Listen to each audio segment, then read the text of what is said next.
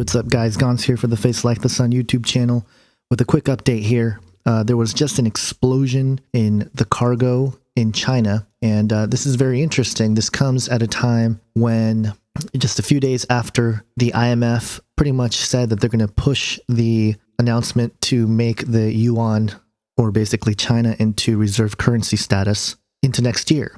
And they were talking about September or October of this year as the dates to do this, but for some reason they pulled out. And as China's economy continues to cool down and drop, we suddenly have this huge explosion of cargo. Here's the video. Check it out. Let me know what you guys think about what's going on here. Is this part of the elite trying to control the situation over in China, or is this just all coincidence? Let me know your thoughts in the description section. Here's the video of somebody who caught this in China.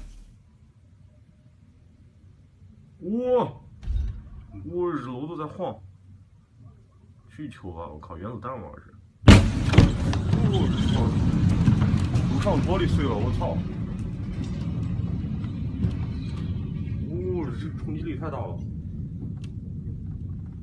别看了，楼别塌了，我靠！赶紧穿衣服。操，楼别塌了！